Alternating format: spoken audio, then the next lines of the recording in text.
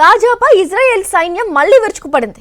ఒకవైపు శాంతి పునరుద్ధరణ కోసం అమెరికా అధ్యక్షుడు డొనాల్డ్ ట్రంప్ అల్లుడు నియామక ప్రతినిధి జారెడ్ కుష్నర్ ఇజ్రాయెల్లో పర్యటిస్తుండగానే మరోవైపు గాజా సిటీలోని ఒక సీసైడ్ కేఫ్ పై ఇజ్రాయెల్ సైన్యం విధ్వంసకర దాడి చేసింది.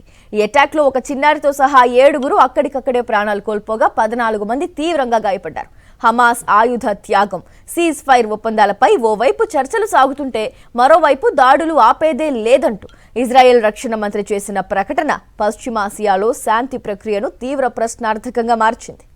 ఉత్తర గాజా స్ట్రిప్ లో ఇజ్రాయెల్ బలగాలపై దాడికి యత్నిస్తున్న హమాస్ కమాండర్లను లక్ష్యంగా చేసుకునే ఈ దాడి చేశామని, అక్టోబర్ 7 నాటి దాడుల్లో పాల్గొన్న నిందితుడే తమ టార్గెట్ అని ఇజ్రాయెల్ సైన్యం ప్రకటించింది.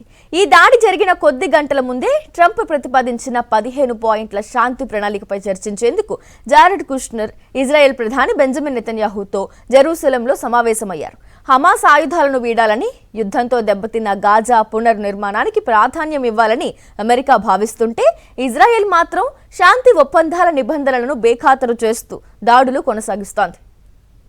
ఇజ్రాయెల్ రక్షణ మంత్రి ఇజ్రాయెల్ కార్డ్జ్ సోషల్ మీడియా వేదికగా తీవ్ర వ్యాఖ్యలు చేశారు.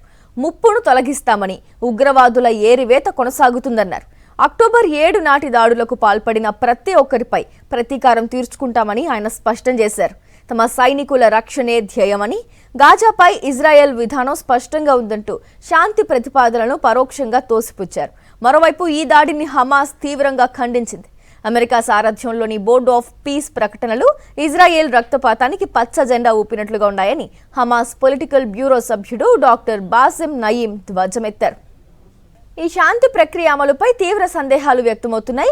నిరాయుధీకరణ జరిగే వరకు గాజా పునర్నిర్మాణానికి అనుమతించేది లేదని, ఇజ్రాయెల్ తనను తాను రక్షించుకునే హక్కును అడ్డుకోబోమని జారెడ్ కుష్నర్ స్పష్టం చేశారు.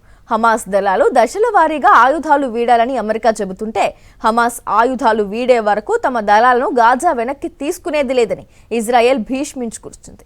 అంతకుముందు ఈజిప్ట్లో కుష్నర్ను కలిసిన హమాస్ ప్రతినిధులు ఇజ్రాయెల్ పదే పదే సీజ్ ఫైర్ ఒప్పందాన్ని ఉల్లంఘిస్తోందని ఆధారాలు సమర్పించినప్పటికీ ఈ దాడి జరగడం శాంతి యత్నాలకు విఘాతం కలిగిస్తోంది.